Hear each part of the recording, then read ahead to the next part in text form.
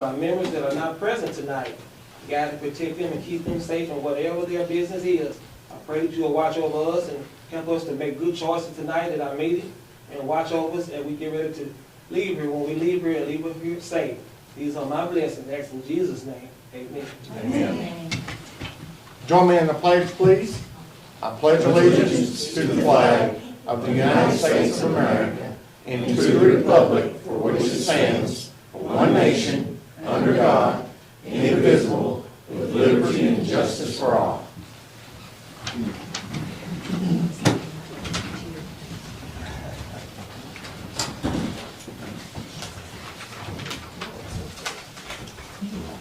Will the board please review the minutes of September the 6th?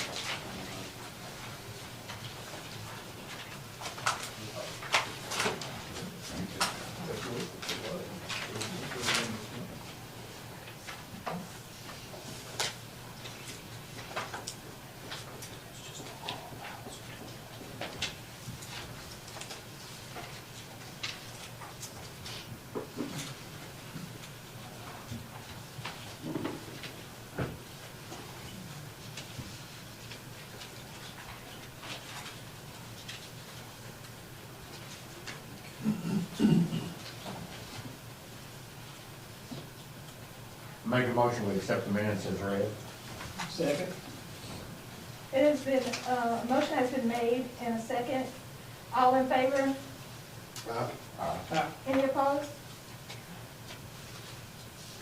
And the next item on the agenda, this week is Constitution Week, and we have a proclamation that I will read. It says, whereas the Constitution of the United States of America, the guardian of our liberties, embodies the principles of limited government and a republic dedicated to rule by law. And whereas September the 20th, 2022 marks the 235th anniversary of the framing of the Constitution of the United States of America by the Constitutional Convention. And whereas it is fitting and proper to officially recognize this magnificent document and its memorable anniversary, and to the patriotic celebrations which we will commemorate it. And whereas Public Law 915 guarantees the issuing of a proclamation each year by the President of the United States of America, designating September 17th through the 23rd as Constitution Week.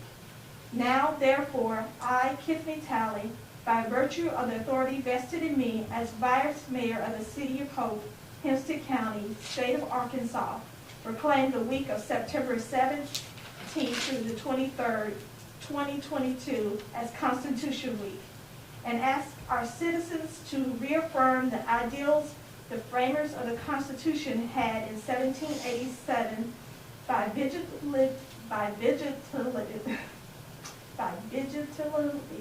protecting the freedoms guaranteed to us through the guardian of our liberties. Proclaim this 20th day of September 2022. And thank you, Ms. Thank you very much. That's it. Now we'll move on to item 5, request from Chief Todd Martin. Yes, I was, I've been here 23 years, and for 23 years it's been the same way, that when we respond to off-duty firefighters respond to a structure fire, we get the $25 call out. And just due to rising costs, inflation, gas prices for them to come in, I've requesting that we increase that to $75 for a call out. And this would be for off-duty firefighters and for our volunteer firefighters. And if the off-duty firefighters stay more than 3 hours, then that would go on their paid time. So it is definitely an increase, but it isn't for every fire, obviously.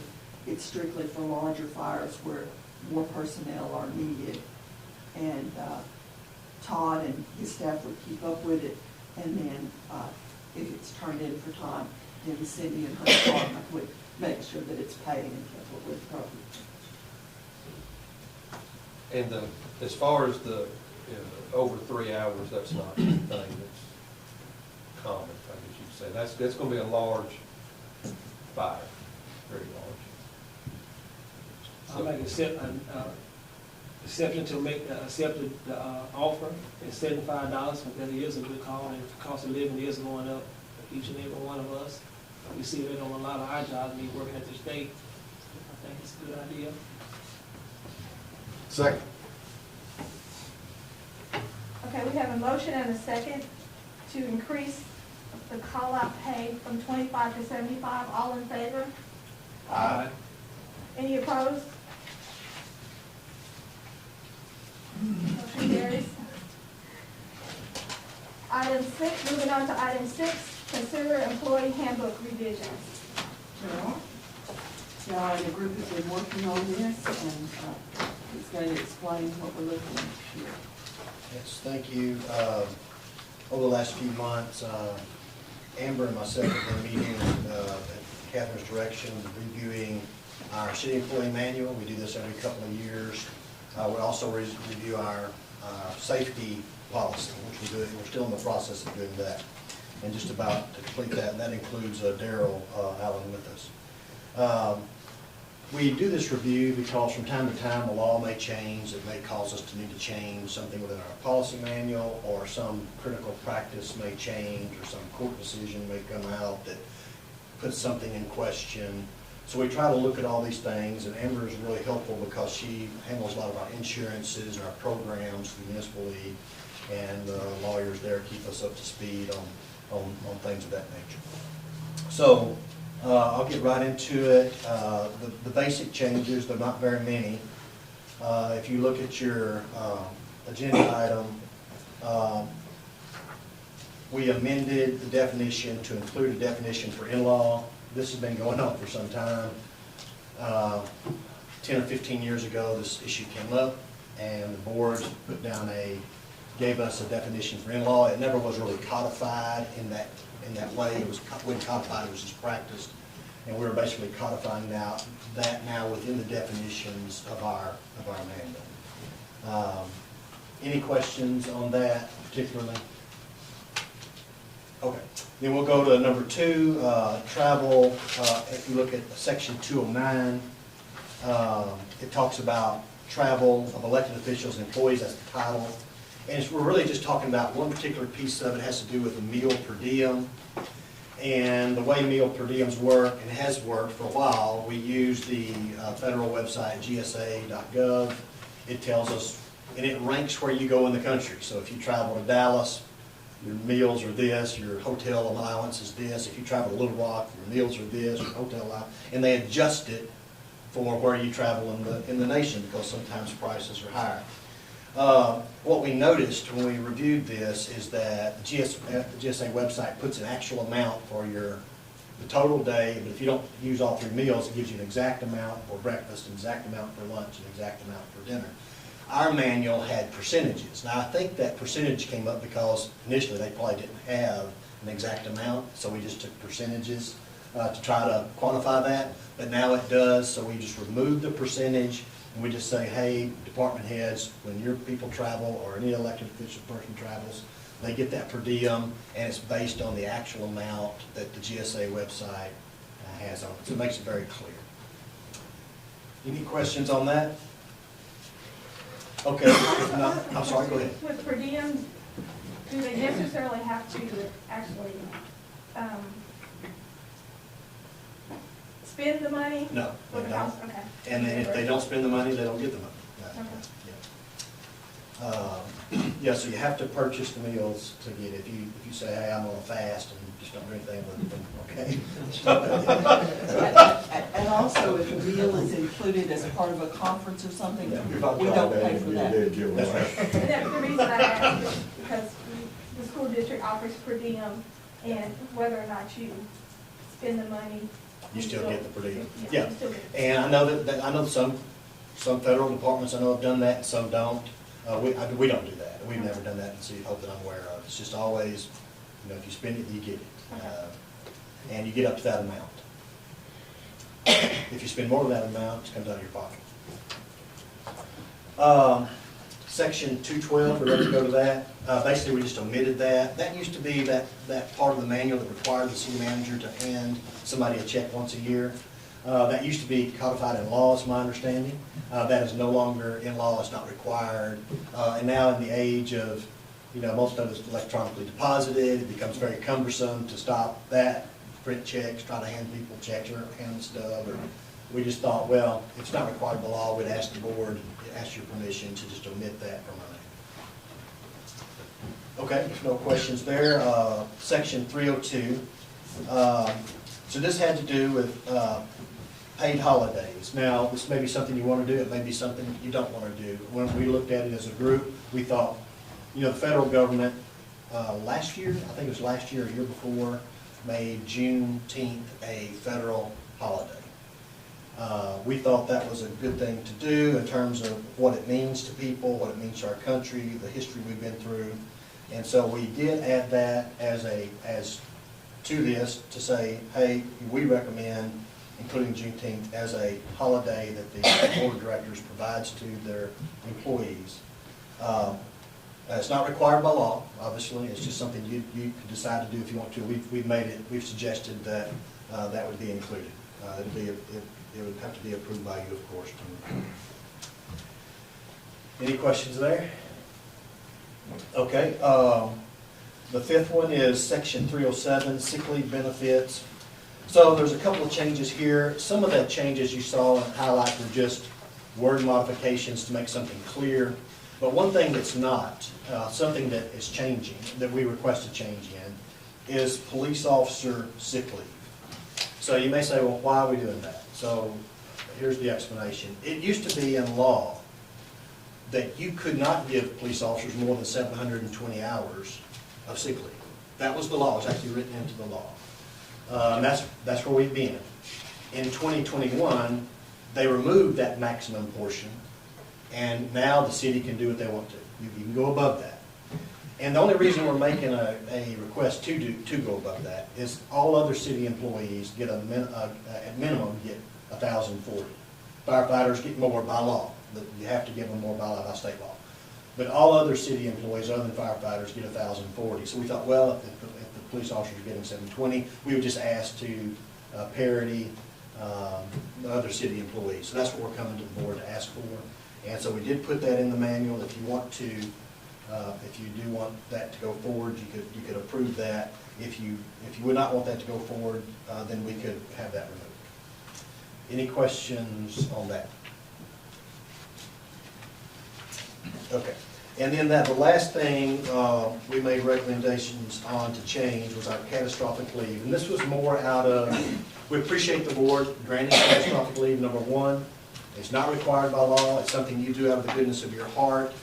It is something that helps our employees if they run into some catastrophic illness and they lose all their sick time, all their vacation time, all their time is gone, and they would otherwise not get a check and maybe be terminated, and they're still facing a lot of difficulty in their lives. Catastrophic leave is a way we can help them under our policy. What we found, we started this, I say we started it, the board approved this 4 years ago, maybe, something like that. So that's the first time, and we robbed some policy from the city in Arkansas, and kind of adopted that to us. But two things we think we need to change. One was you had to give at least 8 hours a year to qualify. We'd like to lower that to 4. I'll tell you why in a minute. And then secondly, we had a cap. We could only accept so much and we're going to cap it. Well, the problem is we reached that cap that quick, and now nobody can give, and our policy was if you didn't give 8 hours a year, then you don't qualify. So that just kept us in a mess. So we're coming back to the board to say, look, we want to remove this cap, have no cap on it, but we would drop the 8 hour down to 4 hours because obviously a lot of people are giving to it, and the leaves bank is adding up. It should be sufficient. If the lead bank was not ever sufficient, we had some problem, I take it, that we would come back before the board for some special thing. But I think this should work for us. So this is the recommendation that we got. I'd like to ask Reggie out of curiosity, what's y'all's, I know y'all have the same thing, Y'all have a minimum or? It's like you said, it used to be 8, now I think it's 16. That's definitely a good thing. Definitely a good thing. We have fortunately not had to use it too much, but it has been used, in situations where, So does the employee who's asking for this catastrophic leave, do they have to be a part of the bank? Yes, they have to have contributed at least 4 hours in that year, and they have to be eligible. So the policy states who's eligible, and it has some criteria, they have to meet that criteria. And they have to give money. I'm just curious, out of that criteria, hypothetical, let's say your wife is in an automobile accident, you're off for a long period of time. Will it pay for you because she's injured, or is it only if the employee is sick? You know, I didn't bring the whole manual with me tonight, and I'm not sure about that. it's on page 53 of the handbook. I was looking it up for y'all. Thank you. It says catastrophic illness means a medical condition of an employee or of the spouse, parent, or child of the employee which may be claimed as a dependent under blah, blah, blah, blah, blah. Yeah. So I would say that, you know, that would be,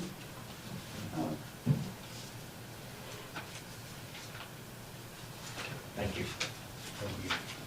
Anything else on this? Okay, and then, number 7, it's just we made some grammatical changes, we didn't bother to highlight those, it's just we found some misspellings or inappropriate punctuations, we tried to correct that. And if the board does wish to adopt these revised handbook, there does need to be a motion to that effect and acceptance of that. And I would just like to ask another question, I'm sorry. I know this has happened in several municipalities this past year when we had the major snowstorms and everything.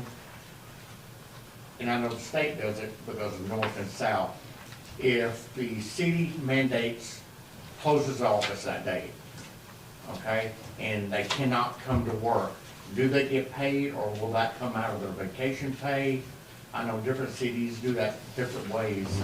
How do we do that? I'll defer to the city manager. I'm just curious, because I know the state, even if the northern part of the state is closed and the southern still works, We get a day off. y'all get a day off down the road, but it is not penalized against your vacation or anything. Police officers come to work. Well, I understand that. That's what you deferred it. But I'm just curious what our policy is, or where it's at. Here's what it says under section 503 on page 48. I'm doing pretty well finding the Yeah, pages you are. tonight. So under inclement weather, on paragraph 2, it said the city does not provide paid leave for absences due to inclement weather.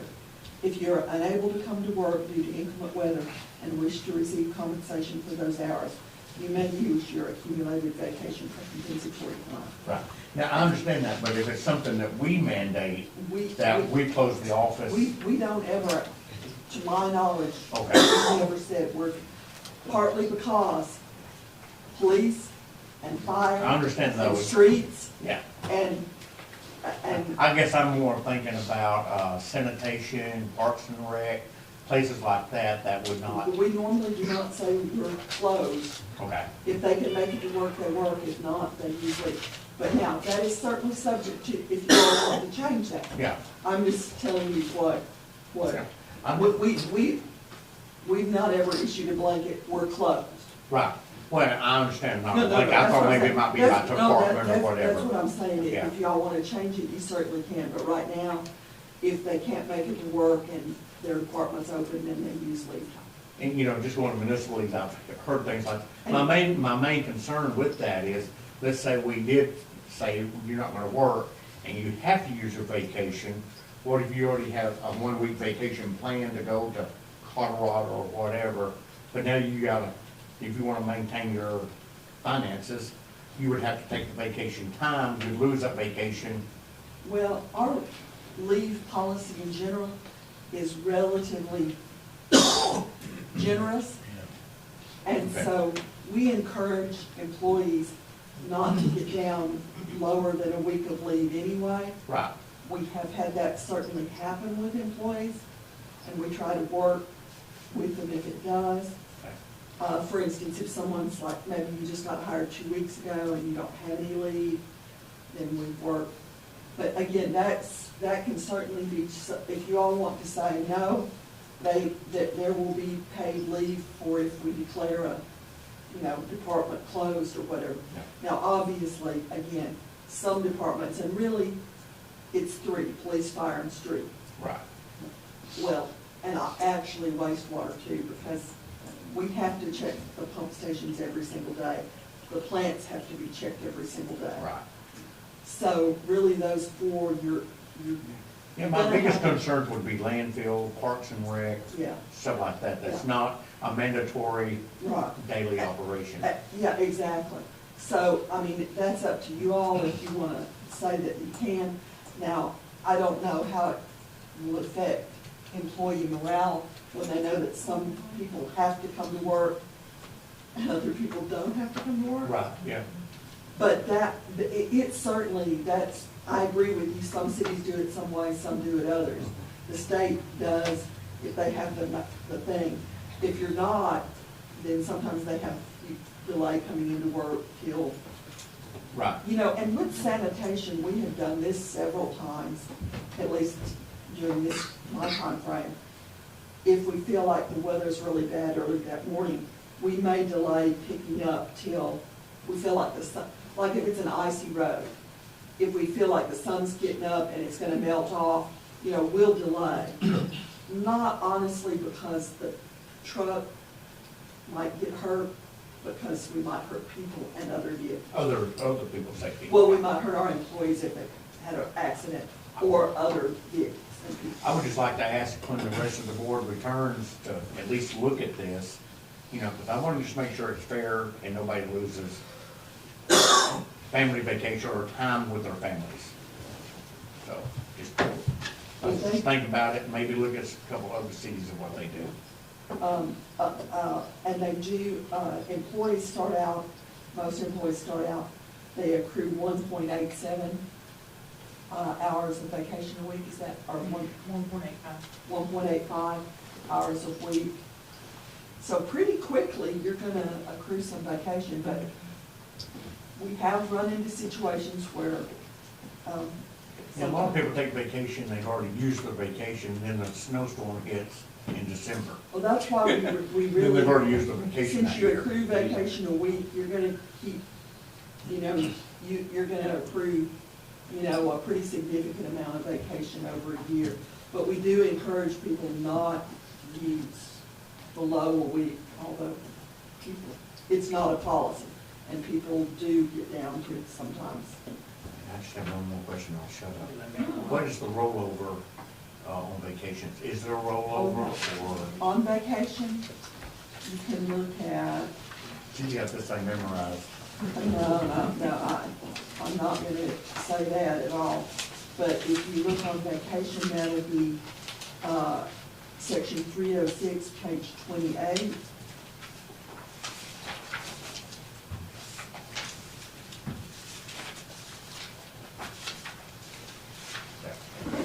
So, again, you end up, if you're that initial accrual level, you get 12 days of vacation a year, and you can accumulate an amount up to 3 years, what would be used in, accumulated in 3 years. So you could conceivably, 430? Anyway, yeah, that's what, 36 days times 8. Gotcha. Okay. For the initial level of employee over 3 years. And you do, for information, that is considered a benefit that you get if you resign or retire. Right. That's been a question that's been asked, but, however you leave, your vacation benefit is paid out to you after all your equipment and everything is turned in. Right. Now, there's some different provisions for, sick leave for police and fire and things like that. But for vacation, for all employees, if you have an accumulation, say, of 20 days or 160 hours, you'll be paid for that 160 hours when when your change of status is finalized. Yeah, but you couldn't work there because you can't take a whole month off No. at the city hall. Right. I'd just like to say on that note, if a person don't have enough hours, they can't donate to the bank. That's correct. Right. And we can do now either or, vacation or sick, they change the hours. Yeah. Instead of just one way. Yeah, and they can do vacation or sick too, they're catastrophic. They Just just not can't use comp. comp time. We still do have some employees with some accumulated, pretty old accumulations of comp time. Thank you. Because so far, I'm trying to answer them all, and I didn't work on this all the time, right? So Mark, I heard you say that, so you would like to table this? No, Okay. not the stuff that they've already came up with. I think we should go ahead and approve. I'm talking about the inclement weather. I'd like us to visit that in the near future. I guess before we start getting bad weather again. The board. But everything that they've addressed here is fine with me.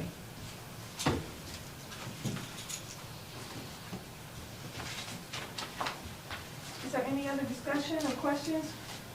Maybe just one final comment on the sick leave. If for the board to have the authority to extend the police officer sick leave, it has to be by ordinance. So whenever that, we may have to present that to you in the future.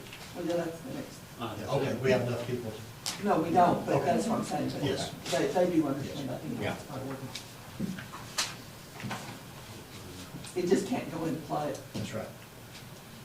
It's to be done by ordinance. And with that, I mean, do you want to suggest a date that this would become effective so that they have time to? Manual itself. Mhm. You know, we could look into your question, Mhm. and I could do that research and come back to y'all. So maybe a couple more meetings from now, I could have that information. Come back to you in a couple more meetings. And then we could do the ordinance then at the same time and maybe make it all effective first of the year. Yeah. Start, make it all effective January 1st, 2023.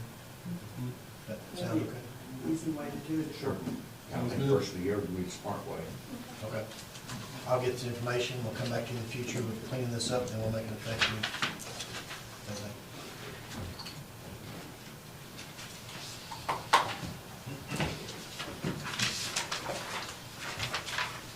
So we won't take any action on it tonight, or we still take it effective, subject to changes, or? Whatever you all would like to do, if you want to just bring it up again and We're gonna wait till the first of the year to make it effective, then Yes, we let's got just plenty of wait and time. do it all at one time. That way the other members can be here as well. Okay. So, item 7, which is consider the ordinance to increase police officer accrual of sick leave. That's going to be tabled, because we do not have 2/3 of our board here. So, item 8 is the city manager's report. yes, there are a couple of things I wanted to, you all had asked Summer to find out about the dog, the gentleman that, Mr. Pond, that was wanting to use the Oh, yes. the barn for the dog hunt thing that he's having in Prescott. Yes. So she's found out information about that if you want.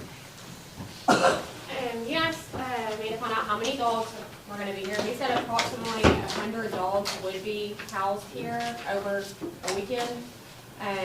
It's gonna be the last weekend of October, and I talked to Neil Ridling, who's the Fair Board President of Nevada, and kind of was trying to figure out why they weren't returning there. And he said they left minimum trash, just the normal trash and some shavings that they did have to clean up. To his understanding, there was no disagreement on they couldn't come back there. And they were still willing to host them to come back this year and was understanding they would. But Mr. Pond would rather have his dogs here at our hog farm. What about that? So was there any question on the amount of hours that it was gonna take your staff to, It depends on how bad it would be. It'd take at least a half day to a whole day. There's 100 dogs, there's a lot of pens in that hog barn. Yeah, so that's what, I would just say, we needed to think about, you know, what it was worth our time, I mean, for our staff's time to Yeah, maintain that. yeah, at least the deposit needs to be enough to cover that. Is that what you're saying? Mhm. Yeah. And what did you find out about how much it had been in? It was 250 in Prescott. Now we do currently rent our barns to actual hog and cow animals for $100 a day right now. But they do clean it back for themselves because they're usually a 4-H or FFA group. So that 250 a day in Prescott? For the whole weekend is what they were using it for.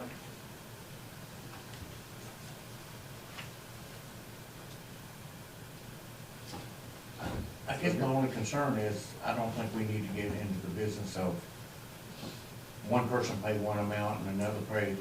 I just don't think that's fair. I think if we're gonna set a price of say the beef barn deposits one price, that's what it should be across the board. Well, if we're gonna do that, then it's gotta be more than just the cost, it's gotta be the care as well. Yeah, Because I if agree. she's saying the other groups clean up after themselves and they don't have to spend a half a day in there working afterwards. Right. Then that's fine. That just needs to be put into that, and his deposit would hold that amount and would be given back once they see that that's been taken care of. I mean, that's a lot of cleanup if it's not cleaned up after 100 animals. Well, you know, I don't know if there's still the problem with distemper going around. You know, Tammy Alston from Animal Control had made us aware earlier in the year about that. I know Dr. Stoddard has been, at least relatively recently, concerned about that. Yeah, and I think that was one of the other questions, wasn't it? Were all the animals gonna be required to show certification of, They're supposed to be vaccinated. I don't know if they have an actual person they show it to on scene. because I know horse shows they do. Exactly, yeah, they have to show their name. Yeah, And the barn they will be in will be right next to our animal shelter. yeah. Could be a lot of ticks brought in. These- Those diseases can travel. Itchy. Thank you, Summer.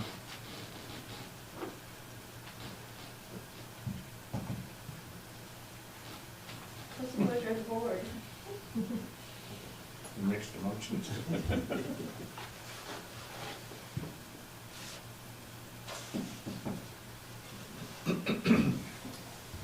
Well, I mean, I guess, what would be the cost that we would need to set as a deposit to cover a half a day of your staff working to clean that up if it doesn't? I think we talked about $100 that, 100 to rent it and 100 that could be refundable if they clean up after themselves. That's what we previously discussed. I mean, if that's sufficient, then I would be. And has he already been told that, or? He has not been told across. Okay. I would just like for someone with the city to be able to look at those shop records. I know that's a lot to ask, but, I wouldn't want us to take a chance like that. They should have tags on their collars. The rabies and the 7-way or whatever that is. But maybe that, Well, I mean, it goes back, I mean, that goes back to the same deal with Mark saying, I mean, I just think that we've gotta be consistent with that. If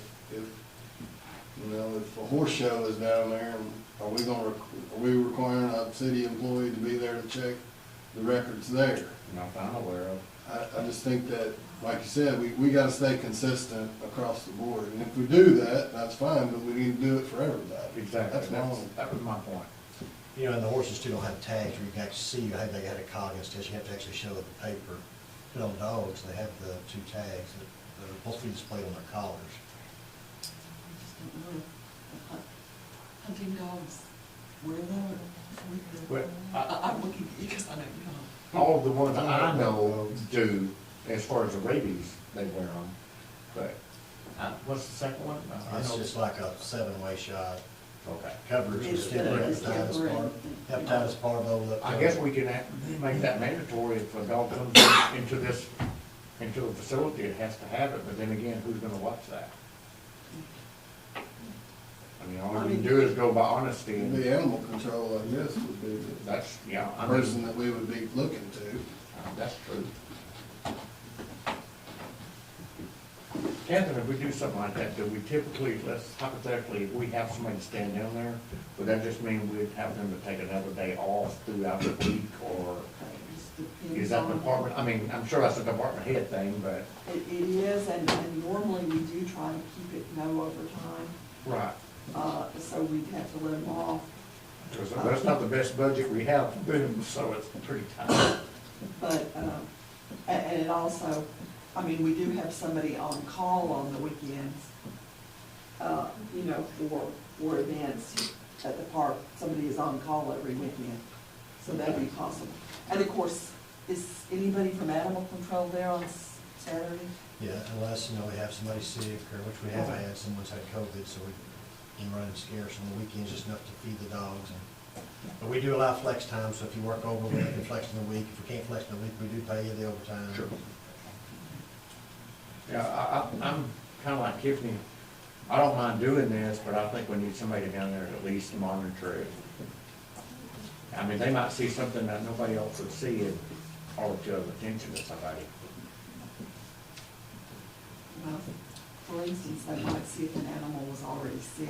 Right. Yeah, We that's can my definitely point. have our animal control, the way I look at it, you know, just if we passed on to this gentleman, hey, all the dogs have to have their shots, Mhm. rabies and the other shot. And whatever on the it is. collars. They have to be displayed on their collars. Our animal control may come through and look at that. If a dog didn't have them, that person would be asked to remove the dog from the city. Sure. Whether we have that authority or not, I'm not sure. I'm not sure about that. That's the guy Obviously, behind if it. a dog lives in the city, they have to have both of those shots. Right. I'm not sure about in the county, I don't know. I don't think they- I know they have to have rabies, everything has to have rabies. But I can find out, I can ask Tammy and find out, Kim, they know. I'm sorry. If a dog had lived in the county, it does have to have its disclaimer hepatitis, left parvo. I think that, I don't know that that's really maintained in any way. It may be highly suggested, rabies for sure, but as far as the other stuff, I don't know. Well, I think rabies is state Yeah. law. Yeah. Rabies, Still, no. there's no guarantee, and I don't know if there's any way, a lot of people do their own shots. Yeah, they So, get, I don't know they if get it's the rabies tags, or but not. they get the tags. When you get your own shots at the farm store, they give you the tags for the rabies and the 7-way. And I would think that kind, I mean, I don't know, because I haven't had those type of dogs, but I would think if one is taking care of their dogs in that manner, they wouldn't want to throw them in the mix with Oh, yeah. 90 other dogs that don't have Yeah. those kind of things taken care And of. people that love dogs are pretty religious on that kind of thing. Yes, they are. But, you know, hopefully that wouldn't even be an issue, but. But we can definitely have our animal control walk through and just look, and if they have a question, we can talk to the owner, hey, do you have this, and just try to work it out. I just think as long as that's conveyed to the guy, then I think that Yeah. it should be Yeah, I in good agree. shape. And you said it was $100 a day, Yes, so if they use it for 2 days, it's $200. If that's they what we use usually charge. it 2.5 days, $250 or whatever. Yeah. And we can convey that price and those requirements to them. If he says yes, that's what he'll do. If he says no, we'll say, okay. This is what our board said. Out of curiosity, what time period do we give the deposit back? Is it like a week later or something? We usually turn it in to Cindy, and she'll cut a check about Wednesday, and they get it back that Friday, so the Okay. same week, I mean. Okay. So we got time to inspect it and Yeah. clean it? Right, and we do that with the facilities, you know, like the Coliseum and things like that. If they've paid a deposit, then Summer turns in the request to refund it. Cindy, we do disbursements now every week, we have for the last few years. So, I mean, they'll get it. And if they wanted to pick it up, they could pick it up, but we usually put it in the mail. Is that what y'all want us to do? Sounds good to me. Yeah. All clear? I'll call them. Okay. Update on some city projects. We are still doing some ditching, we've got some bridge work we're doing. The staff are working on the budget, particularly JR, with the assistance of Cindy, and the department heads are turning in their part here shortly. If you all do wanna, and I think you all said you did, wanna have a board tour in October, if you all would give me a few suggested dates, we'll see, you know, we'll get it arranged, you know, for you all, to do that. And then, at the, you know, at the last meeting, the board, going back to housing authority things for the moment, that you all had asked to have a meeting, you know, with the board representative and staff, with the housing authority, board representative and staff, and, we did convey that to the housing authority, and to avoid any misunderstanding or whatever, I'll just go ahead and read the email that I got back.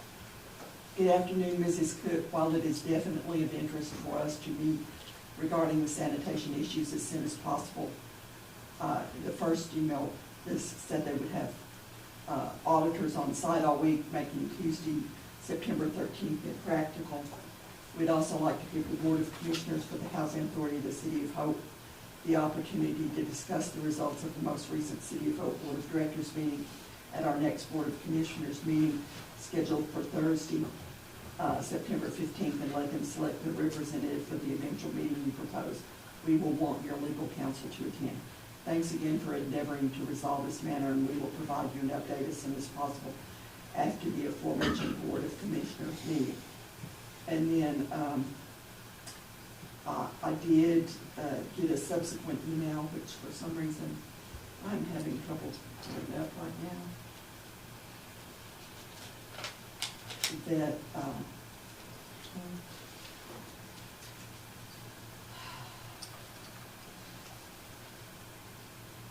that said that the housing authority had discussed it, and that at this time they did not want to have that meeting.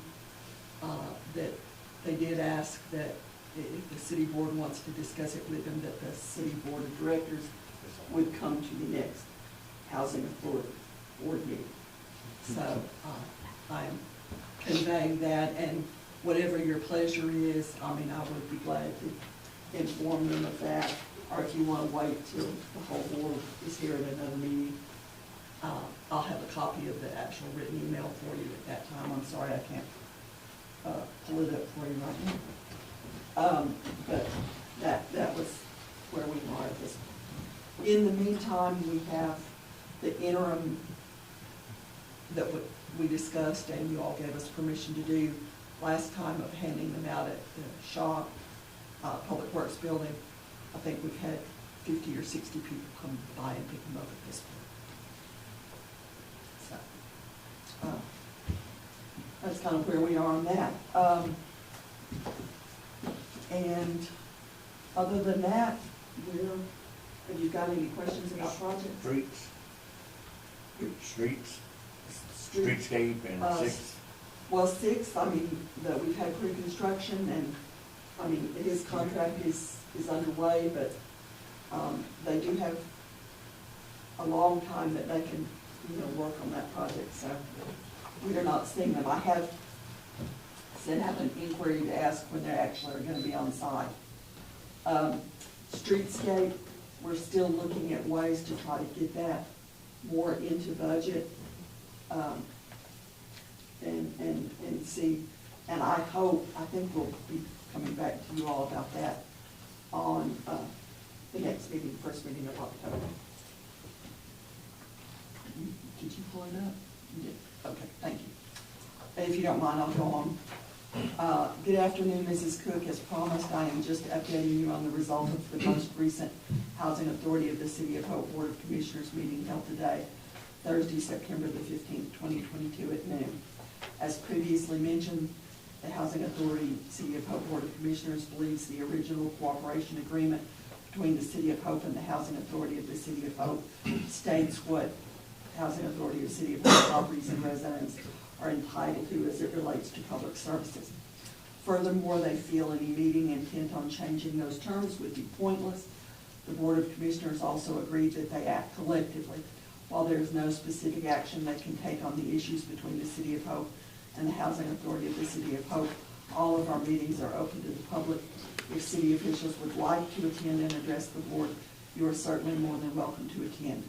Our Board of Commissioners meet on the third Thursday of every month, making October 20th, 22 the first available date to include city officials on the agenda. Please let us know in advance if you wish to be on the agenda for the October meeting. And I'll get you a copy of that out.